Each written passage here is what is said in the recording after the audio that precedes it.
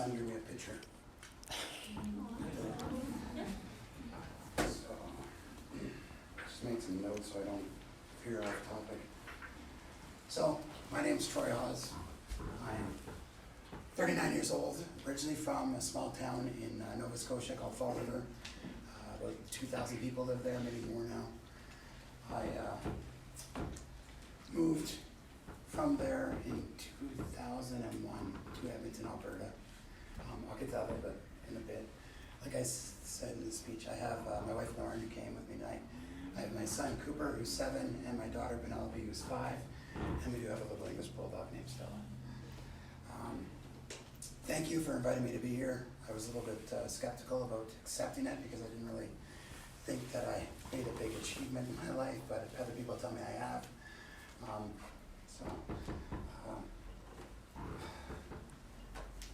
It's hard, I don't know. Overcoming adversity is a really tough thing to think about, but in my life I've had many occasions where that has happened. Like I said, growing up in a small town outside Halifax, my parents divorced when I was 7 years old. My brother was 10, and my dad was the,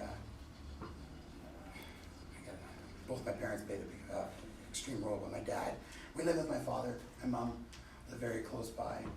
So right from the age of 7, we started to do things a little bit different in life, learn how to go from a full family to the 3 of us, to my mother. So I guess I'm lucky in divorce because my parents were able to stay friends and co-parent and get along. I have some friends that it's not like that. So we were really lucky in that way. I mentioned that I have a brother. His name's Jeff. He just retired last year from the Canadian Armed Forces. After many tours overseas in the war, he's finally retired at the ripe age of 41. So that's something to look forward to for all of us. My brother was one of my biggest role models in my life. Being me and him were attached at the hip right from childhood. He always looked out for me, always took care of me, kind of showed me what was right from wrong. And a little bit later in my talk, I'll kind of come back to that because if it wasn't for him, I probably wouldn't be here today. I guess that's where I'm from.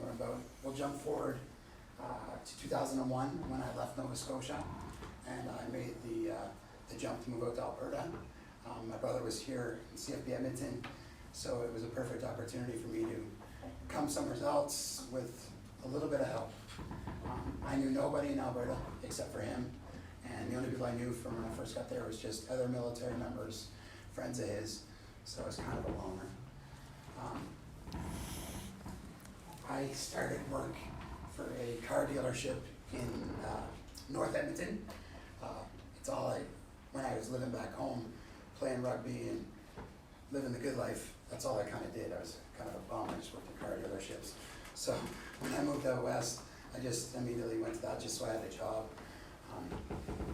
It was at that job where I was detailing cars and living day to day that I met a gentleman by the name of Darren.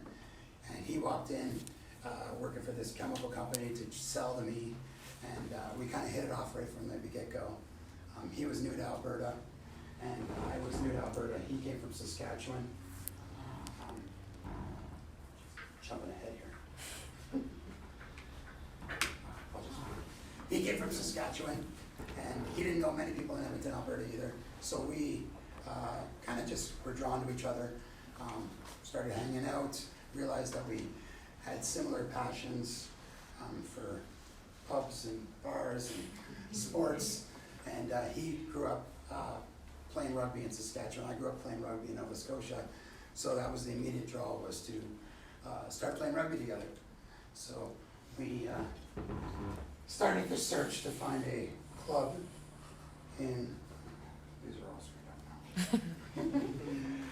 We started the search to find a rugby club in Edmonton, and we were told by multiple people, this is a good place to go, this is a good place to go. So we went down on a Friday night to the Edmonton Klansman Rugby Club, and it's in downtown Edmonton, so that was the first plus, was we were right downtown. And we walked in there on a Friday night, and we were just welcomed with open arms. by a bunch of the founding members and some of the players. Nobody ever met us before. We walk in, it was like we knew them our whole lives. We leave there at about 2 a.m. With a slap on the back and says, be here at 10 a.m. you have to play tomorrow. So we were kind of signed up by trial and fire. So that was in 2002 when we started playing with the club. We played all season. We had a great year, and we were going into the playoffs. And at that time, Edmonton was playing against Calgary and vice versa. And we ended up with our club had 2 teams in the championship games. And it was a cold, rainy, snowy day in Calgary in 2002. And we went down the night before to just, if anybody plays sports, you don't travel in the days you play. So we would go down the night before. And we got to the hotel, and I was just in agonizing pain. Couldn't move, my back had seized up. Didn't know what I was going to do. Tried everything to get it to release. Ended up sleeping on the floor in our hotel room. Still didn't work, nothing happened, but I wasn't not going to play in that game the next morning. We tried everything the next day, nothing helped. I look back at that now, and I think that might have been a sign that I probably shouldn't have played that day. Does anybody know much about rugby? Yeah, I was a prop, so I'm the very first person in the scrum, the biggest guys in the field. And back in that day, unlike today, scrums were very vicious.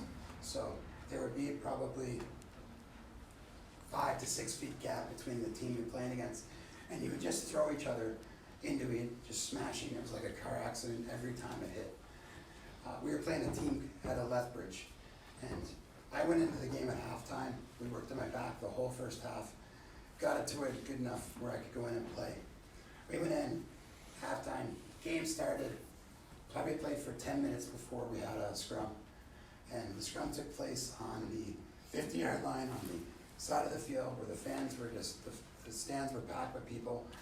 And the gentleman I was playing against was probably 5'5". At that time I was 6'4". We engaged. I didn't get low enough, and I smashed my head off his shoulder, snapping my neck. And then the scrum went to the mud and my necks, and everybody fell on top, and it cracked my neck 2 more times. The people in the stands, what they tell me is it sounded like if somebody was to take a twig and break it over the knee, they could hear the break clear as day in the stands. So I'm in the mud, and it's a funny story now because we laugh about it, but a couple of my teammates were like, Hawes, get up. They're kicking me, like, you just have a stinger. Because you get stingers a lot where your spinal cord will just get flexed and you get a vibration. They're just, if anybody's played sports, you probably got them in other parts of your body. It wasn't a stinger. That day, I broke my neck in my C6, C7, and C3 vertebrae. So I'm laying on the field. I know something's wrong. I can't move any part of my body. I'm not dying. I'm kind of in a state of shock. I know that something's wrong, but and the player beside me that was screwing against, he knew too. So he had the wherewithal to not move me, and we have some really good physiotherapists, and I wish today I could remember her name. But if it wasn't for her, I would 100% be dead. She came on, they knew something bad had happened, and with the help of it, they got me rolled over, and 2 of my best friend's mothers, Mrs. Craig and Mrs. Elu, came from the stands because they knew something bad had happened, and one of my friend's moms kneeled down in the cold, snowy, wet rain and pinched my head between her legs and held me from moving, and the other mom just draped me with clothes. We were playing in a part of Calgary that's way out on the outskirts, which is now it's all full of houses. And it seemed like knew something was wrong, and then once we realized something bad was wrong, things in my body started to change. Pain started to come, shock, fear.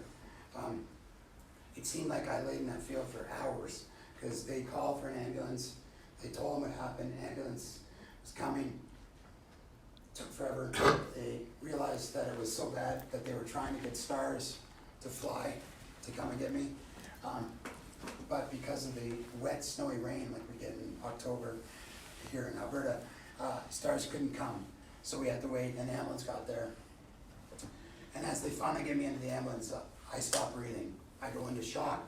I can only assume it's cardiac arrest. I'm dead. It was right about that time when they finally got me in the field, when I'm in the ambulance, when my heart stops.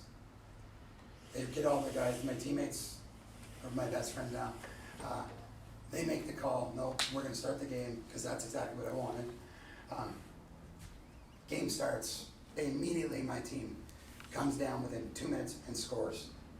And they bang on the ambulance, and I come back to life. My heart starts. I was dead for 72 seconds. So they give me, I don't remember any of that. But the ambulance drivers told me all about it. They said as soon as 15 of my brothers smashed in the back of that van, it was like a miracle. My heart started, and they got me back. And we went to 3 hospitals in Calgary that day. We got to the first hospital, got in there. We can't help this man. We're not equipped to do this here. They sent me away. Took me to the next biggest hospital in Calgary. Same thing. We can't. No, like he's dead. Like we can't help him. There's no way to fix this guy. They finally got me to the Foothills Hospital in Calgary, which is equivalent to like the University of Alberta, U of A. And today I would have given anything to break my neck and go to the U of A. We get to the Calgary Hospital, Foothills, and I am at this point duct taped to a backboard, probably 3 rolls of duct tape, every part of my body. It's like a college prank. I couldn't move. And I remember coming to a little bit, talking. My physiotherapist traveled with me, thank God, and was able to try to get in touch with some family. I had no family out west except for my brother. He's out in the middle of nowhere, training with the military in Wainwright. Nobody knows where he is. Just to pause on the story, my father was in the Canadian Navy for 37 years, I believe. He was pretty high up in the Navy. And over the 37 years, he got a lot of contacts, made a lot of friends, had a lot of favors. So when we first got on the phone with somebody in my family, I believe it was my mother, she freaked out in the panic like any mother would do. My father was at some big uppity up dinner, the military, tracked him down. They got together, and thank God they had a good relationship. They figured out, and they were able to find my brother by my father calling the head of the Army with his contacts in the Navy, and they found my brother in the middle of the woods on a satellite phone, and kind of got the ball rolling. We'll jump back to the hospital. I'm laying there, and I don't know what time it is. It's late at night. I hear a ruckus, and it's my team. They won both games. They come in with the big cups, and they get in tons of trouble from the doctors and the ER nurses. But I allow Darren, my best friend, and our coach, and a couple of the other guys on the coast, so they come in to see, because they had to go back to Edmonton, and everybody was pretty panicked. And nobody really knew at that time what was going on, because we hadn't had any tests, anything. They came in, they set the cup on my chest to take a picture, and I remember the nurse losing her mind on them. She kicked them all out. And then that's when the doctors talked to me, and they said, okay. So they told me, you're this, C3, C7, they said, you're probably not gonna walk again. You might not make it through tonight. I said, we just had a girl that came in the hospital with a fender bender car accident. She's a full quadriplegic. And they said, your neck is the worst break this ER has ever seen. They're like, you should be dead. There's no reason you should be alive, but you are. So we're gonna try to save you. We go from that room to some other room upstairs in the hospital where they were gonna put me into traction. Traction is, if you've ever seen anybody with a halo that mounts to their head, some breaks you can fix that way. Mine, they were putting that on me so they could hang dumbbells off my neck and hang it off the edge of the bed so my neck would stretch open for surgery. They went to put the halo in, and it was like a scene from my grandpa. Guy wheels in an old toolbox with a socket wrench, probably a 3-inch bolt. And I'm looking at that and I'm on the backboard and I'm awake enough to know that something, what is going on here. And I'm like, okay, you're gonna knock me on the, no, Troy, you can't have any pain meds. Nothing, you have to be wide awake because we're going into your skull. So they had to put 4 bolts to countersink them into my skull. And I made it through this one and probably 3 turns of this one before I passed out from the pain. Like you see in the movies, guys, they just can't, they pass out. I pass out at probably, I broke my neck on Saturday, probably 2, 3 in the morning on Sunday. I woke up the following Thursday. There was only one surgeon in Calgary that was willing to do the surgery. He was in Mexico with his family. He flew back from Mexico to perform this surgery. They did 3 surgeries over that time. They went in, they removed a big chunk of my hip that they were going to use to rebuild my neck. You probably can hear my voice, it's terrible. I have a quarter of a voice box. They did 1 surgery, was removing my hip. This first surgery was opening up my throat and going into my voice box with a metal plate.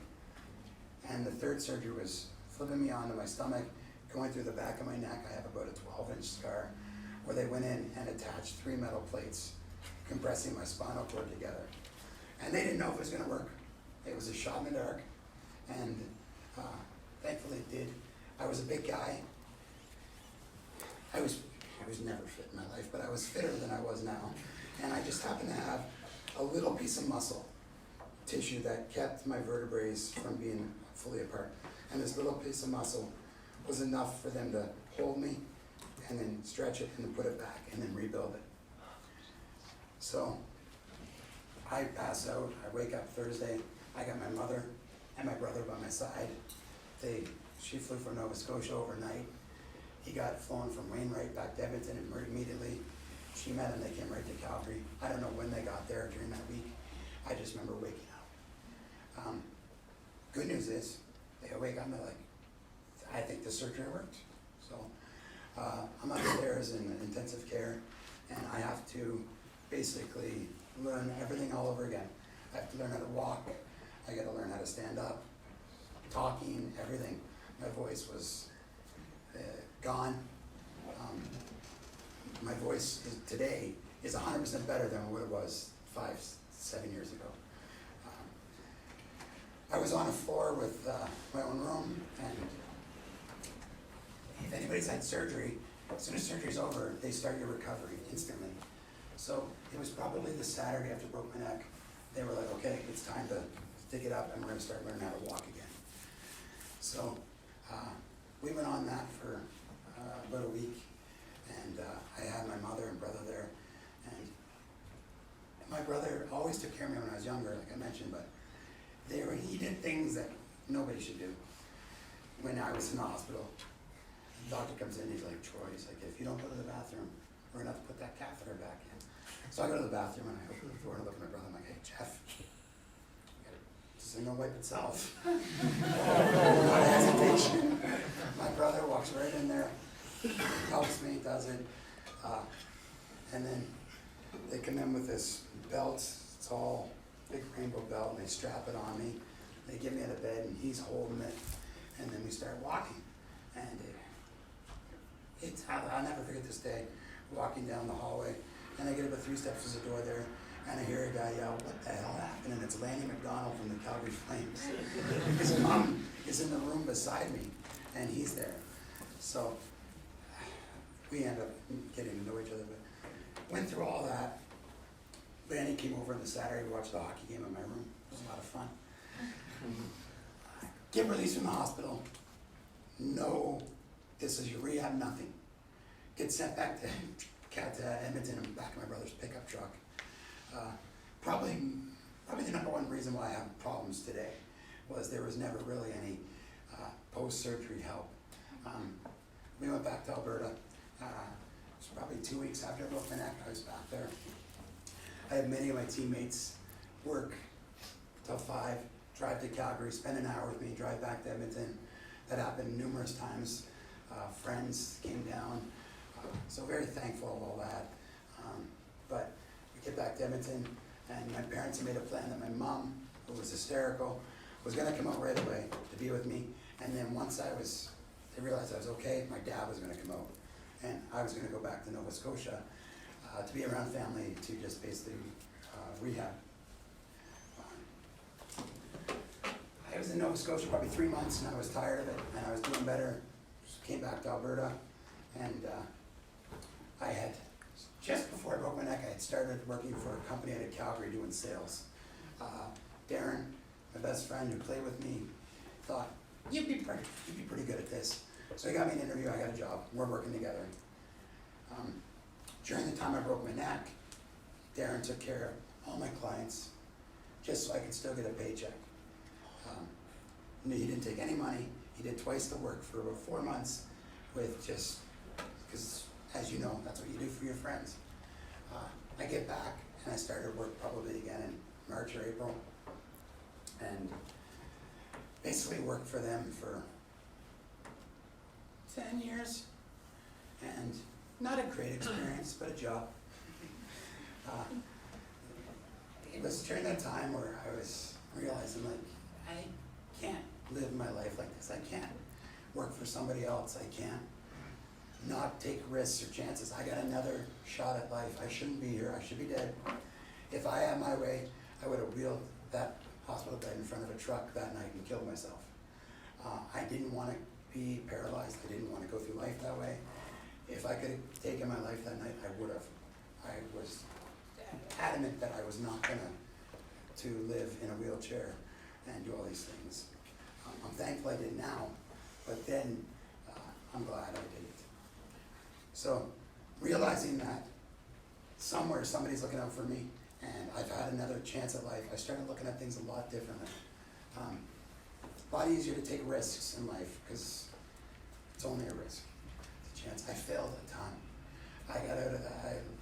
When I got released from the hospital, I came home to just a stack of bills. I went in the worst debt you could imagine. I was young. I was 22 when I broke my neck. I didn't know how to take care of finances. I bought a vehicle. I didn't know you put disability insurance on cars. All those taken, repossessed, gone. I'm starting from ground zero again. And for the next 10 years, I had to build. Basically, I paid all of that back. Had to work. I had to pay for that ambulance that didn't even land on the field just because it took off. Nobody covered that. I had to pay for all these things.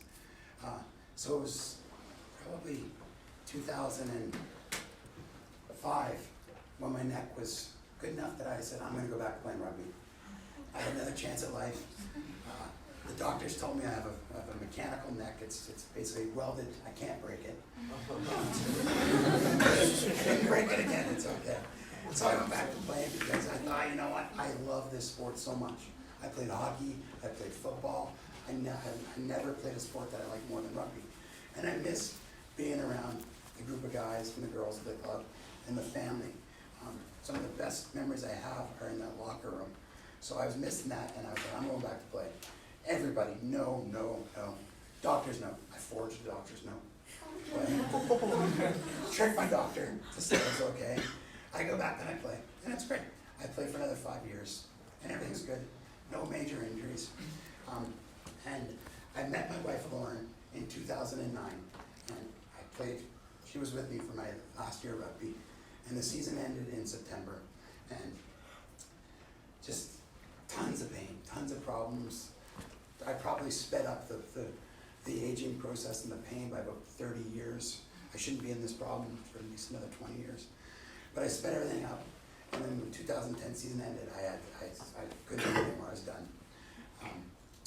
I started taking Percocet for the pain, and I was taking 18 Percocet a day. That's enough to kill somebody. That was just to get through the pain. I had some of the best neurosurgeons in the city try to help me. There's nothing they could do. I have to live with it. They went in with needles, and they burnt off all my nerves in my neck. So I had spinal nerve blocks put in. That didn't help. That actually made things worse. So those pills, they helped the pain, but they just made you angry, mad. And I was with Lauren at the time, and we were like, this isn't right. And I knew that something was right. these peaks and valleys of take the pill, no pain, you're great. Pill gets out of your system, you crash, you take another one. Don't ever take pain pills. Find every other way to do it besides you take those. So I had quit playing. I meet Lauren in August, last weekend, August 30th. We go for lunch. I immediately come back to my buddies and say, I just found the woman I'm going to marry. First lunch. We meet in August, got engaged in April, married in December in 2010, and it just, after dying pretty much, and really, I didn't want to wait in life. I wasn't going to let life pass me by. I was getting up in age. I wanted a family. I wanted kids. I was tired of going to the bars and getting shut down. I was just tired of trying to find a perfect woman. And that started. I was still working for the company out of Calgary, and I was unhappy. I was having lots of health problems, blood pressure, anger. Didn't know how to deal with it. It was all related to what I was doing every day. And I kept saying, I had another chance at life. Why am I working for somebody else? Why am I doing this? Why am I doing the day-to-day grind so somebody else can benefit? So we went away on vacation in July of 2011. And Darren, my best friend, and we worked together for 10 years, he had left the company about a year before. He was in the same boat as me, and he took the lead. And I always looked at that as like, I kind of was like jealous. Like, he did it. And then in 2011, I looked at my wife and I said, I can't do it anymore. I have to quit. And if you've ever had a job where you're making a lot of money and you're going to give that up, it's a real tough thing to go through. You go through a lot of talks with yourself. You're like, don't do it. It's your wrong decision. Best decision ever made. Hands down, best decision ever made. I quit. I feel like a piano was lifted off my chest. And now I'm gonna start doing things for myself. I called Darren and said I quit. He goes, good. I started our chemical company. He's like, we've always talked about it. I got the groundwork coming. Let's go. So we partnered up and we started a company called Hydrochem. We hit the ground running for that summer. We were doing great. It was a struggle, a lot of ups and downs, but we were succeeding. Most businesses fail in their first few months. We were actually succeeding. We were both really good at sales. We go down to Whitefish, Montana, along weekend in September to celebrate. Me and Lauren, Darren, and his now wife, Leanne, and just to get away and be like, hey, we're doing it. We come back. 2 days later, we find out we're pregnant. My wife's gonna have a baby. We're gonna start our family. Happiest day of our life. Couldn't be any happier. I can still remember that day.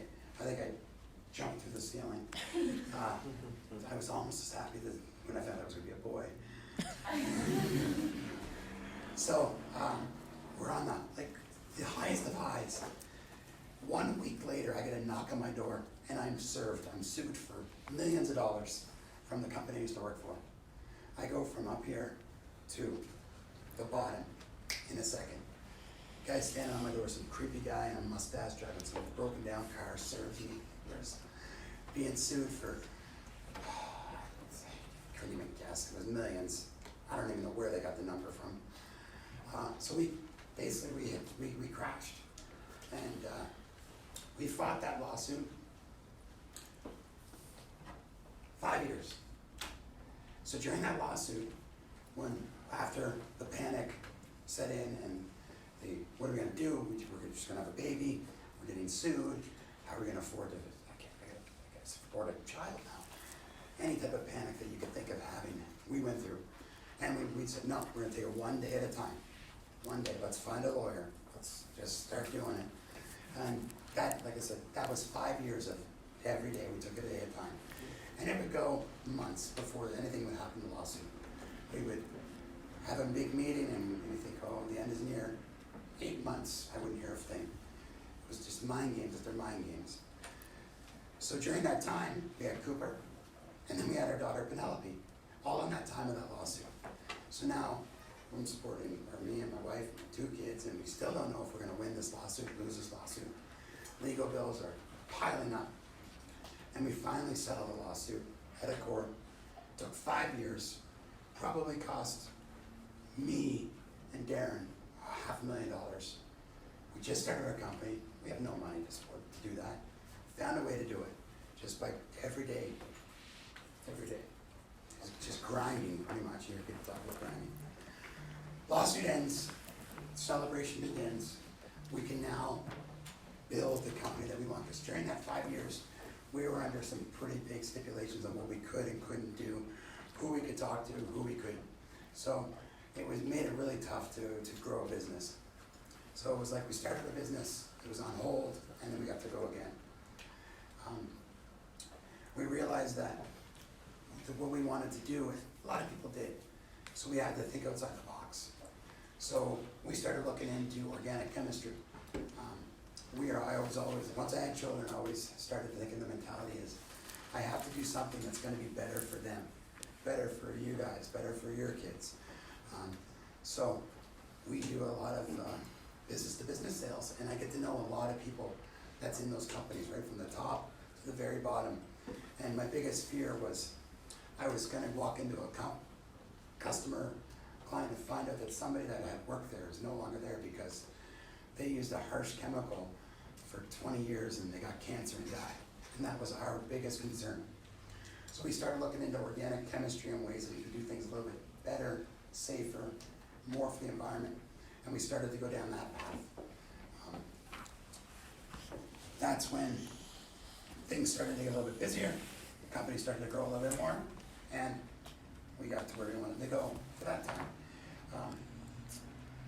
We got recognized, I should have said, Caitlin found me, for Edmonton does a top 40 under 40 award, and I wanted to share for our work with our company and some of the fundraising work that we do. When we were going hard with Hydrochem through the lawsuit, my business partner's mom, May Cunningham, was diagnosed with Alzheimer's. So my best friend's mom didn't know who he was. I didn't know much about Alzheimer's. I knew what happens when you get it, but May was a really important figure in my life. Being out west and not knowing anybody, when me and Darren became such good friends, I was there for Christmases, I was there for vacations, I was there for football games, and she just treated me like one of her own.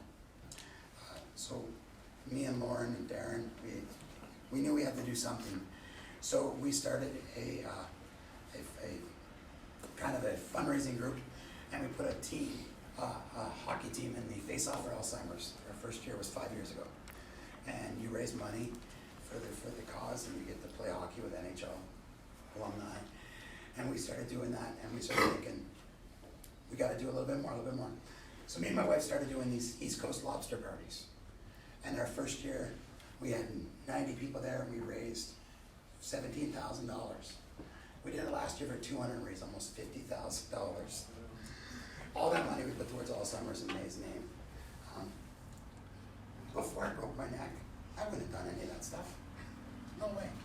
I was a hothead thinking I was invincible, and everybody else would take care of things in life like that, and I just had to go toe the line. But once I did break my neck and I went through that peak in the valley, I started looking at things a little bit differently. Like, I hope one day all of you start looking not at just at down your lane, but look at other people's lanes and see if you can help over here, because it's all gonna come back around. I really feel that everything I did now in my life is kind of why I'm alive. I'm here. I had people looking out for me. I had somewhere as a guardian angel that gave me another chance. And the last thing I want to do is piss away that chance I got, my second chance, by not doing the best I can do. That being said, we'll go back to just the end. I just started my next, I guess, thing to overcome is 18 Percocet a day. It's outrageous. I'm now trying to get off of pain medicine, which is extremely hard. I just started the road to get off this stuff. It's gonna be probably 5-10 years worth of work that it's gonna take to get off this stuff. it's probably the worst thing you could ever do is take pain medicine. Take one, feel great. Take two, feel great. Take three, you need to take the fourth. You gotta take the fifth, sixth, because your body goes into withdrawals. I've been on weaning off of my stuff for 2 weeks now, or no, sorry, about a month. I made it one day before I was in my bathroom floor shaking in the middle of the night in pain. And we took a percentage of a pill off of what I take now. I don't know if I can do it, to be honest with you, but I'm not gonna give up. I'm gonna keep working. We're gonna do it every day. I have my wife to help, I have my friends. But if anything I can say is, if you get another chance at life, do as much as you can for yourself, your family, and everybody around you as you possibly can. Because that day in the hospital, when I get a second chance, that girl in the car accident didn't. And I don't know where she is, but I know I got my second chance and I'm trying to make the best of it.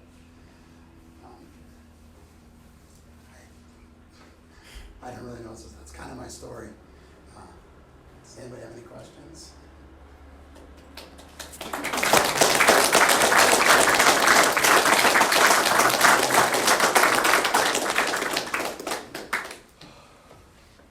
guys are using my questions. Yeah. What did the sales company end up coming after you for? Fiduciary duties. It's a term I didn't even know existed. Because in Alberta, you have, if you work for any company, you're gonna have contracts. A lot of those are not strong. But this hidden word of fiduciary duties, which we had no idea if existed, is a little secret loophole. So it's basically if you work for a company for a certain amount of time and you're in any type of position where you could be overseeing anything, you have fiduciary duty. So it's a weird thing. You have to Google it. It's anything else? What kind of chemicals are you involved with in the organic? We do our organic. We do chemical sales for chemical manufacturing for every type of industry. But our goal is to lead the way into oil and gas. So we've started transitioning all of our existing products to moving out their harsh, any ingredients that don't fall in line with our company policy, we move them out to organic greens. So we were able to manufacture a concrete remover that's 100% sugar-based instead of acid. So the sugar will get into the concrete, soften it from the inside out, and then you just rinse it off and emulsify it. Then the construction industry, then we veered to the other side of the construction industry and the oil and gas industry, and we made two products, one called E6E88C0CAA15 and one called Accelerate. The Accelerate is made of coconut, and it will clean bitumen and tar sands and asphalt and remove it without using harsh, flammable. Most products they use now are diesel fuel and citrus base. This is a coconut base. And then we made one called E6E88C0CAA15, which is a canola and soybean base, which breaks down oils, tars, tacks, and some bitumen. They're kind of in line. So they don't carry any harsh ingredients. We're the only company that's manufactured products for that industry doesn't even need to be approved by WMIS. So we got a few more to go, but we're transitioning all of our everyday stuff. Like we make car wash chemicals, just everyday cleaners and degreasers. So we're transitioning out of that to make sure that those are all the same organic as well. So what's the name of your company then? It's called Hydrochem. Hydra, Hydrachem. My voice sounds like hydro. Yeah, we came up with a name because a lot of companies sell chemicals that they sell them pretty much barrels of water. So our goal was we never wanted to sell water. So we came up with the cheeky idea that you hydrate your products on site, so you got a Hydrochem. So we do it kind of every industry, like you guys are 4-H, we sell a lot of the farm equipment companies. Sure, if you guys have farms, you can do their stuff. Anything else? Thank you guys.